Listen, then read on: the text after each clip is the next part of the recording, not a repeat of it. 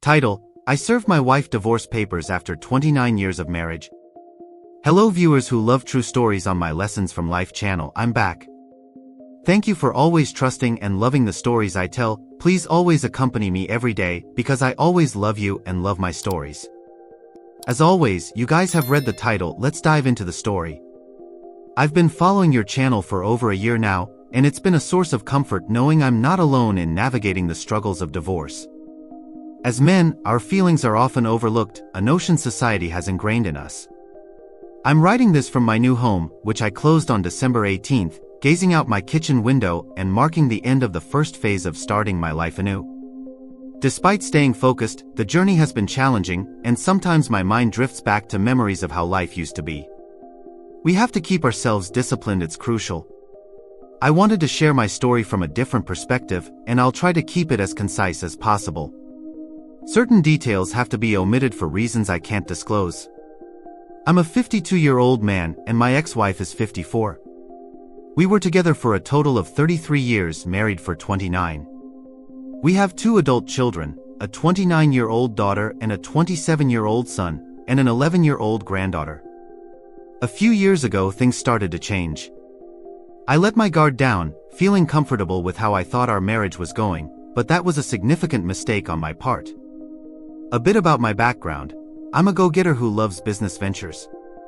I owned a successful auto repair shop and provided everything I could for my wife and kids, which unfortunately was never truly appreciated. After the stock market crash in 2009, like many others, my business was affected, and I had to file for bankruptcy in 2010. However, I managed to bounce back quickly. Fast forward to 2017, and things began to deteriorate further. It seemed like my ex-wife suddenly lost all respect for me, and at the time, I didn't want to argue or fight. Her family moved 15 minutes away, and she started spending a lot of time with them, or so she said. In 2018, I sold an investment property, making a profit of over $150,000.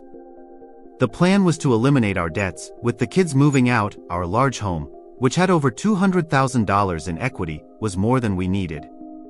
I thought our plan was to sell the house, downsize, start another small business, and basically start over with very low overhead. Life was supposed to be good, right? Wrong. The house was under my in-laws' names, and we needed to get a quitclaim deed to remove them and add our names. This process was like pulling teeth, with constant delays and excuses. Eventually, I took the initiative to get it done. A couple of weeks later, I checked to see if the names had changed, but they hadn't. I called my ex-wife to inform her, and she nonchalantly said she knew about it but forgot to tell me. I was furious. This was the moment I finally woke up and saw her true colors. It wasn't the same person I had married. I had a reality check and everything hit me at once. All the red flags and gut feelings I had ignored resurfaced: the gaslighting, the disrespect, her lack of interest in intimacy, and never wanting to make long-term plans. I wondered what I had been thinking all these years. My family had told me she wasn't faithful, but I didn't want to believe them because I never had proof. I should have paid more attention instead of focusing solely on making money and starting businesses. I knew she would never change and things would only get worse. I had to make a change. 10 minutes after hanging up with her, I called an attorney and made an appointment, which was 6 days away, the longest days of my life. She completely ignored me during this time and didn't care. Most spouses would at least apologize for not telling you, but not her. She was enjoying it. We didn't speak for those 6 days. I decided to initiate the divorce and started planning before she was served. I rented a storage unit and slowly moved all my personal items, only mine. I checked our bank accounts and ensured I was never alone with her, avoiding any emotional displays. The day I went to the attorney, I also went to the tax office to find out what happened with the deed. The clerk said there was an error with the street address that needed correcting, which would take a few days. When I got home, I planned how to tell her, but it didn't matter. When she got home, I told her again and she showed no emotion. I moved out of our bedroom into our daughter's room since she had moved out. The next day, I went to the bank. We only shared a savings account, and we each had separate personal accounts at different banks. I transferred almost everything, leaving her $5,000 so she wouldn't notice anything amiss. I was fortunate to secure a job about an hour away. The day she was served, I was at work. When I got home, I packed my things and left. The divorce lasted over a year and a half, and it was draining emotionally and financially. On December 16, 2019, I was a free man. People thought I'd be happy, but I wasn't. The divorce had taken a toll on me, and worst of all, I lost my relationship with my kids and granddaughter. We settled in mediation. She kept the house, everything in it, and her car.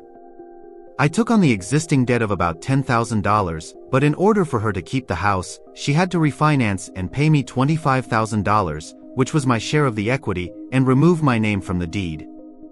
I walked away without having to pay alimony since she couldn't prove she was unable to work. My adult children no longer speak to me, and I'm not allowed to see my granddaughter. It's been tough and I don't have many friends. Talking to my family is difficult since they don't understand what I've been going through since the day I told her I wanted a divorce. I've been determined to change my life for the better. I got back in shape, losing 50 pounds as of January 1, 2020. I changed careers, doubling my income, moved to another state, and finally closed on a house of my own. I moved to be closer to my family, my mom, dad, brother, and sister. Now begins phase 2, leaving the past behind.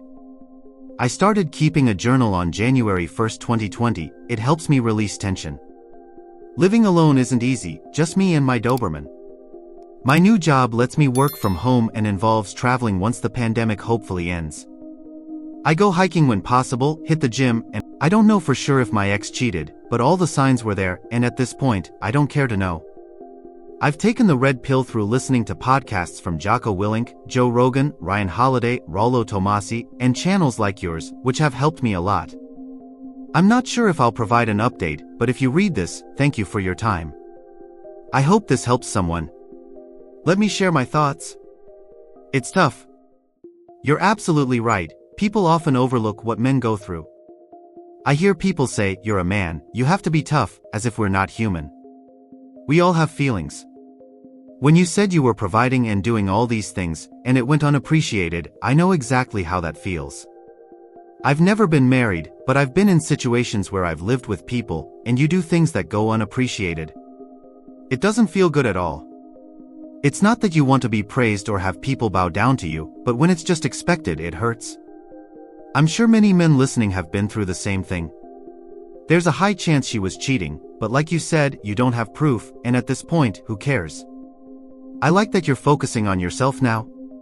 You got a job that doubled your income, bought your own place, and it's just you and your dog. You feel good focusing on yourself, working out, trying new hobbies. You come first, and you didn't like how you were feeling in that situation. Even though you were married for 29 years and had children and a granddaughter, mentally, it wasn't right.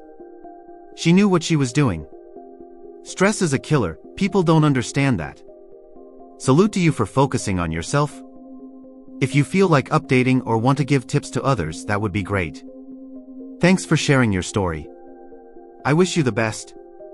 You have friends and family here, you can always write back or jump in the comments. Guys, let me know what you think about this story. Leave a comment about this email and let's check out another one. Thought this would be good for your channel. I recently received an email that I thought was incredibly helpful.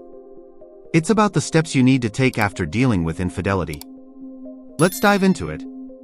He starts off, "Hi, I did not create what was on a Reddit thread, but it is the most clear and concise explanation of what anyone needs to do when they have a cheating spouse. Maybe you can share with your subscribers. Thanks and have a wonderful day." Steps to take when facing infidelity. 1. Your marriage as you knew it is over. Reread that and internalize it. 2. Hire a lawyer today. 3. Get tested for STDs today. 4. Begin financial separation today. OA. Open a new account solely in your name, this is where your paycheck goes. OB. Remove your name from any credit cards you can. OC. Once you've hired a lawyer, they will advise on joint accounts. You're entitled to half of what's in there. If your spouse spends it all, you get half of nothing. It's recommended to remove half and put it in your new account. Document everything. 5. Document your spending versus theirs. 6. Go through any shared computers and email accounts. Undelete everything you can. OA. There is software that can recover deleted files. OB. Go through every folder and app. Be prepared, you may find more than you expected. OC. Contact your cell phone provider. If you pay the bill, you can ask for monitoring software. OD. Save everything you find as PDFs and send them to your new account that your soon-to-be ex doesn't know about. Moving forward. 7. Eat better, exercise more, and stay hydrated. 8. Do not leave the house. Depending on your state, this could be seen as abandonment. 9. Do not confront your spouse. There is a time and place for this, now is not the time. Your lawyer will advise. 10. When you separate financially, they may start asking questions. Be prepared. Your strategy is to be a gray rock, look it up. OA. Document every conversation with a voice-activated recorder. This protects you from false charges. 11. They may realize their days are numbered and exhibit various behaviors, attempts at intimacy, yelling, gaslighting, lying. Be ready. 12. Seek individual counseling for yourself. 13. They may suggest marriage counseling. This is often a delaying tactic. You can agree, but don't expect results. 14. Your lawyer will advise on how strong your case is regarding alimony and infidelity. 15. Once you begin divorce proceedings, your lawyer will advise on no contact. Do not engage. Let me share my thoughts. When I saw this, I thought it was great and much needed. It's very informative. Think about the last email, the steps he took align with this advice. He played his cards right and came up with a game plan